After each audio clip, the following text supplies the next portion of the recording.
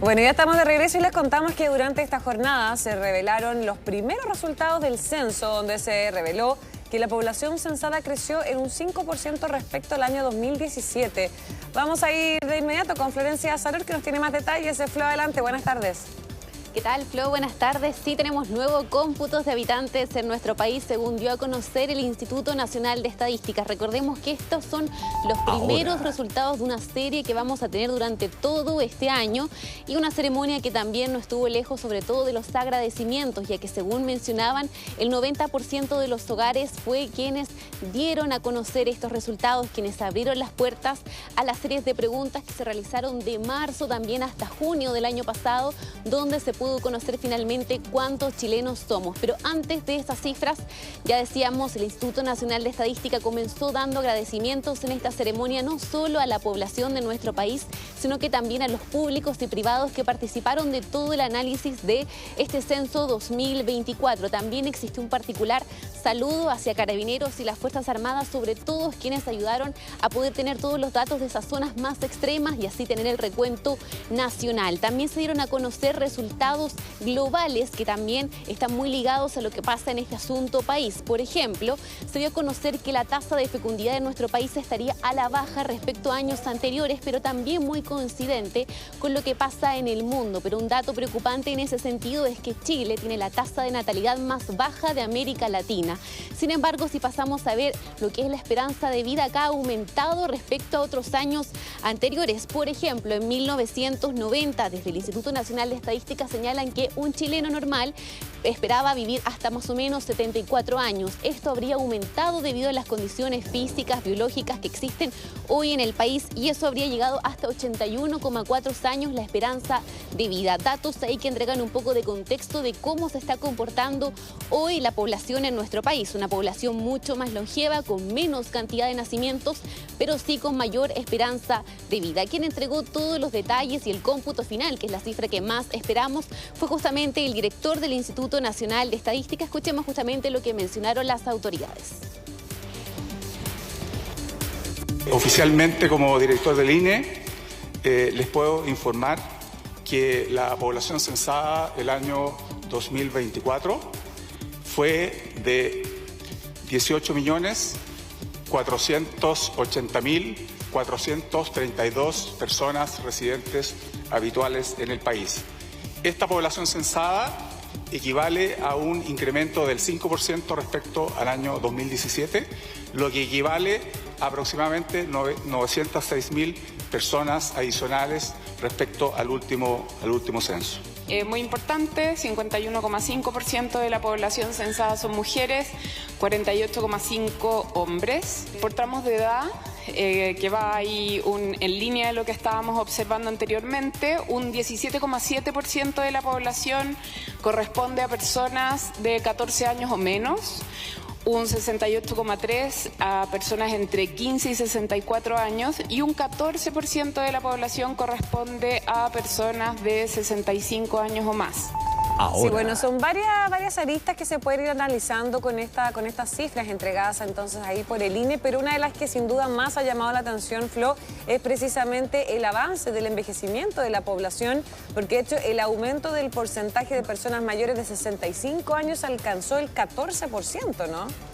Exacto, por ejemplo, si lo vemos con las cifras comparativas que entregaba el Instituto Nacional de Estadísticas, antes esta cifra llegaba a un 6,6% y tú ya lo adelantabas, hoy llega al 14%, entonces también es un llamado hacia las políticas públicas y a lo que apunta también más adelante las declaraciones de las autoridades respecto a cómo se está comportando hoy la población y las medidas que hay que tomar, pero también se existió un desarrollo de lo que pasa a nivel regional. Esto es muy importante ya que muchas veces se centraliza mucho la información, sobre todo acá en la capital, y se pudo ver cuáles son las regiones también más longevas y a dónde hacia apuntar estas políticas públicas tan importantes, siendo la región de Valparaíso, Ñuble y Los Ríos las poblaciones con mayor envejecimiento en nuestro país. También se hizo un análisis exhaustivo de lo que pasa acá en la región metropolitana, donde se dieron a conocer hoy estos resultados del censo 2024 y la región acá donde están las comunas con mayor población mayor de 65 años es la comuna de Providencia, seguido también por la Las Condes y entre otras. Sin embargo, esto es muy relevante, ya lo decíamos, para el desarrollo tanto de políticas públicas como también de distintos avances necesarios como por ejemplo la infraestructura, también la salud, la medicina, tienen que ir de la mano con los datos que hoy entrega el Instituto Nacional de Estadística. Características muy relevantes respecto a cómo está la población de 65 años o más. También se decía que tenía mucho que ver hoy este dato con lo que pasa también con la reforma de pensiones. Viene a dar mayor sustento a lo que pasa en nuestro país y se espera que esto siga también respaldando los proyectos actuales y los que están también por concretarse en el Senado. Pasemos justamente a escuchar cómo se comporta la característica hoy de la población de 65 años o más. Los hogares unipersonales, es decir, en los hogares donde solo reside una persona, aumentaron desde un 8,3% a 21,8%. Los hogares con personas de 14 años o menos disminuyeron, por supuesto, de un 62 a un 33,2%. En un 11,6% de los hogares en el país solo residen personas de 65 años o más. Esto es poco más de 750.000 hogares. Claro, ahí escuchábamos cómo se comportan hoy los hogares en nuestro país, que cambia también con la tendencia de censos de años anteriores. Por ejemplo, esto refleja que los hogares ya no tienen la misma cantidad de hijos, sino que existe una reducción tanto por el contexto social, pero también económico, que ha variado cómo se comportan los hogares en nuestro país. También existe una cifra muy relevante respecto a cuáles, por ejemplo, son las comunas y regiones que tienen también mayor cantidad de personas por hogar. Por ejemplo, acá en la región metropolitana, Lo Barnechea, Colina, Huechuraba y Lo Espejo lideran las comunas con más personas dentro de los interiores de las casas, donde que ahí también existía un llamado de atención respecto a las autoridades para lo mismo, para apuntar justamente a todas estas políticas públicas. Pero también quien estuvo presente en esta actividad fue el ministro de Economía, Nicolás Grau, quien hizo un análisis sobre todo muy exhaustivo de los datos, pero también de lo que sirven estas políticas públicas que se van a llevar a cabo, por ejemplo, estos resultados que sirven para hacer análisis como la encuesta Casena, actualizar lo que es esta radiografía país tan relevante como ya lo habíamos mencionado. Escuchemos justamente qué fue lo que dijo el ministro de Economía, Nicolás Grau. Es muy importante también que todos nos ayuden a conversar bien estos datos a partir de toda esta información que amablemente va a presentar el INE, y además con muy buena posibilidad de visualizar y entender esa información, justamente tengamos un rico debate en el país para justamente las políticas públicas. Realmente confío en el tipo de conversaciones que pueden abrir los datos y todo lo que uno puede aprender a partir de aquello, así que me entusiasma mucho. Pienso, ojalá que esas tablas que se mostraron, esos gráficos, se puedan conversar en los colegios, por ejemplo. Claro, ahí estaban las declaraciones del ministro, declaraciones bastante positivas respecto a lo que fue este resultado primero del censo 2024. Ya lo decíamos en un principio, este es el primero de bastantes resultados que se van a dar a conocer durante el año. Sin embargo, también se hizo un punto muy relevante y favorable respecto a la cantidad de hogares que estuvo respondiendo el censo. Fue alrededor de un 90% de quienes abrieron la puerta al censo, este énfasis que se hacía el año pasado, a tener confianza en el proceso, y también se entregó un buen análisis sobre todo en esta particularidad de que por primera vez se hizo de manera en línea, cosa que también resultó favorablemente en este censo 2024, que ya entrega la primera cifra de más de 18 millones de chilenos. Perfecto, Flo. Muchas gracias por toda la información. Chao, chao. Chao. Pero bueno, vamos a seguir conversando sobre este tema, sobre los resultados preliminares del censo, y para eso ya estamos en contacto con el académico del Instituto de Estudios Avanzados de la Universidad de Santiago y también doctor en Sociología, Cristian Parker. ¿Cómo está, Cristian? Muy buenas tardes y muchas gracias por este contacto. Hola, ¿qué tal? Muy buenas tardes a ti y a todos los que están viéndonos. Bueno, Cristian, cuénteme, ¿cómo ve estos resultados que fueron entregados de manera preliminar por el INE? Mira, por un lado, no son para nada sorprendentes. Siguen una tendencia de evolución poblacional en Chile, en América Latina e incluso a nivel mundial. Pero por otro lado son sorprendentes, porque de alguna manera yo creo que la inmensa mayoría de la gente no lo esperaba. ¿En qué sentido? No esperaba el cambio tan radical que se está produciendo. Voy a lo siguiente. Ya. Esperábamos que hubiera una mayor proporción de tercera edad en el conjunto de la población. pero yo creo que el cambio está siendo mayor del que era el porque esto modifica muchas cosas de nuestra sociedad. Ustedes lo han planteado en términos de desafíos para la política públicas, pero claro, como sociólogo, uno ve que aquí incide en todos los aspectos, desde los temas familiares, pasando por los temas laborales, pasando por los temas de convivencia y también pasando por los temas económicos, pero también en términos de expectativa de cómo va a ser la sociedad del futuro. Entonces, aquí estamos frente a un cambio muy importante. Esta es una transformación. Yo no me atrevería a decir que es una revolución, pero sí una transformación muy sustancial vamos a ir teniendo en nuestra sociedad. Sí, le pido eso sí, Cristian, si me puede hablar un poquito más fuerte porque me cuesta escuchar algunas palabras. No sé si es que está muy lejos del micrófono de repente, solo que algunas palabras se escuchaban medias pausadas, entonces para poder entenderle bien la idea.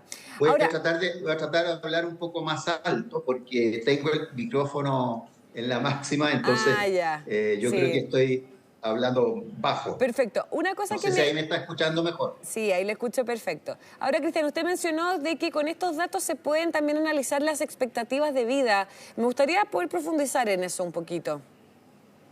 Bueno, lo que pasa es que una de las grandes causas de estas transformaciones tiene que ver con una tasa de natalidad en Chile que está muy baja, ¿no? Sí. 1,6 personas nacen por mujer en edad fértil, y es una de las tasas de fecundidad más bajas de América Latina. Pero por otro lado, la esperanza de vida al nacer ha crecido mucho en nuestro país. Nosotros tenemos en este minuto una de las tasas de esperanza de vida más altas, ¿no? Tengo por ahí el dato. Pasó de 74 años el año 92 a ahora el año 2021 a 81 años. O sea, ¿qué quiere decir? Quiere decir que el número general de población de tercera edad va a ser cada vez mayor. Y eso significa que la planificación de nuestra vida cambia. Porque si yo creo que voy a vivir muchos más años, entonces hago una serie de otras cosas con mi vida. Ahora, eso trae también una cantidad de consecuencias desde el punto de vista, por ejemplo, social, ¿no? Donde, ¿qué va a suceder el día de mañana cuando hayan menos trabajadores, digamos, gente que está en la fuerza laboral, que está teniendo que sostener, ¿no?, a los abuelos, las abuelas? Entonces, a nivel tanto económico como familiar, social, es una transformación bien grande. Los hijos van a ser cada vez menos, las familias van a ser cada vez más reducidas, ya lo están planteando, ¿no es cierto? Las familias unipersonales son cada vez mayores, ¿no? La cantidad de familias formadas por una sola persona de tercera edad ha crecido enormemente. Todo eso va a ir revolucionando nuestras relaciones, nuestra economía, nuestra sociedad y también nuestra cultura. Sí, sin duda. Ahora, también estas cifras del censo, también lo dijeron las mismas autoridades, entregan cierta posibilidad de temáticas o de conversaciones o debates que son necesarios tener, principalmente porque hacia dónde se dirige también la sociedad. Y en ese sentido, por ejemplo, el propio ministro de Economía, Nicolás Grau, decía que, por ejemplo, estos datos que usted nos dice, que hay un aumento en el envejecimiento de la población, mucho más acelerado que hace unos años, eso, por ejemplo, apunta también a la importancia de ciertas materias de discusión, como por ejemplo lo fue la reforma de las pensiones, ¿no? No, claro. El problema de las pensiones es precisamente que, dicho en términos muy sencillos, ¿no? ¿Cómo se mantienen las pensiones? Se mantienen en base al ingreso de la vida laboral de la gente y de la masa de trabajadores, digamos, que pueden mantener el día de mañana a una población que ya no trabaja, que son los jubilados, ¿no? Pero si el número de jubilados crece, ¿no?, el monto global que necesitamos para mantener a esos jubilados es mucho mayor. ¿Y de dónde sale esa plata? Sale del ahorro de cada persona, sale de una jubilación solidaria. O sea, hay un problema porque si tenemos mayor número de jubilados, ¿no?, ¿cómo le pagamos esa jubilación a la gente? Entonces, las jubilaciones, el riesgo es que sean cada vez menores y que tengamos un problema. O sea, una de las causas centrales, ¿no es cierto?, de la reforma que se hizo ahora es precisamente que las jubilaciones no están buenas, ¿no es cierto?, son modestas, digamos, para lo que la gente necesita. Pero el riesgo es que el día de mañana haya una situación más precaria. Un problema de política pública, pero un problema que va a impactar a todas las familias. Claro. Ahora, hay otro punto también, otro de los datos que llamaron harto la atención y que si bien no nos sorprenden, pero es importante también discutirlo y conversarlo porque del 40% del total, es decir, estamos hablando más de 7 millones de personas, se concentran en la región metropolitana. Sabemos que obviamente la gran mayoría de la población habita en la capital, pero eso también va a definir también cuáles son algunas quizás políticas públicas que estén enfocadas también en la descentralización, ¿no? Hay un grave problema de centralización, claro, que lo tenemos en este país desde hace décadas. Sí. Desde hace décadas que se viene diciendo que hay un problema de excesivo centralismo, ¿no? Y no solo en Santiago, también en los dos grandes centros metropolitanos que son Valparaíso y Concepción.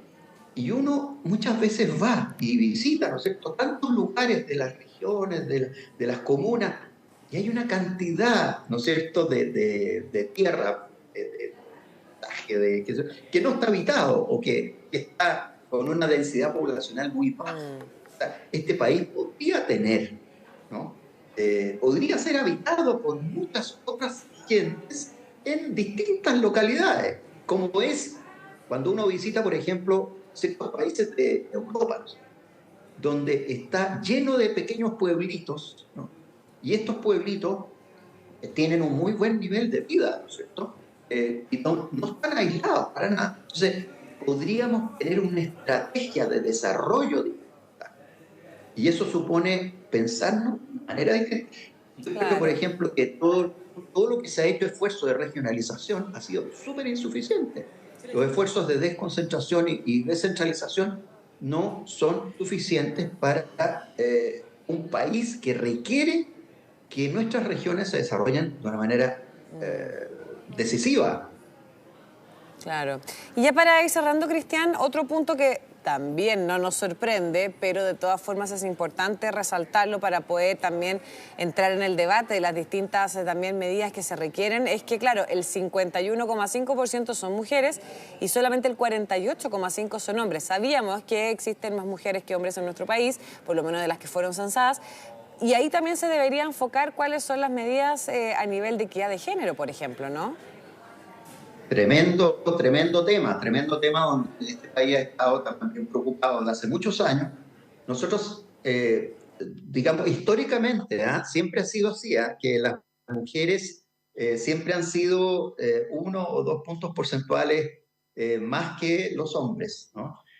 El tema es que la equidad de género es una cuestión de transformación radical de la sociedad que todavía lo estamos recién empezando. O sea, yo diría que estamos en una transición hacia una sociedad distinta donde hombres y mujeres tengamos equidad. Pero esa transición también es un debe, porque piénsese en lo siguiente, la cantidad de mujeres que hoy día están en la educación y en la universidad. Ha habido un gran avance. Pero eso no se refleja en términos laborales. Tampoco se refleja en términos de los cargos de dirección. Menos se refleja en ciertos cargos donde se deciden las cosas en el país. Hemos hecho avances, yo no quiero negarlo, digamos, y hay muchos gobiernos que han planteado esto de la paridad y que tener a nivel de ministerio, ¿no es cierto?, mayor número de ministras que son mujeres. Incluso hemos tenido, por cierto, la primera presidenta, ¿no?, del país, Michelle Bachelet, pero todavía queda una cosa pendiente, pero es un cambio de mentalidad también. Sin duda. Que todavía tenemos mucho una mentalidad conservadora, tradicional, digamos, que en el sentido de que siempre ha sido que los hombres se hacen cargo de ciertas cosas, de lo laboral, de llevar la plata para la casa y la mujer tiene que encargarse de la casa. Así es. Etcétera. Nos queda todo eso también discusión ahí por delante, sí, sin duda. Bueno, Cristian Parker, muchísimas gracias por esta interesante conversación. Que esté muy bien.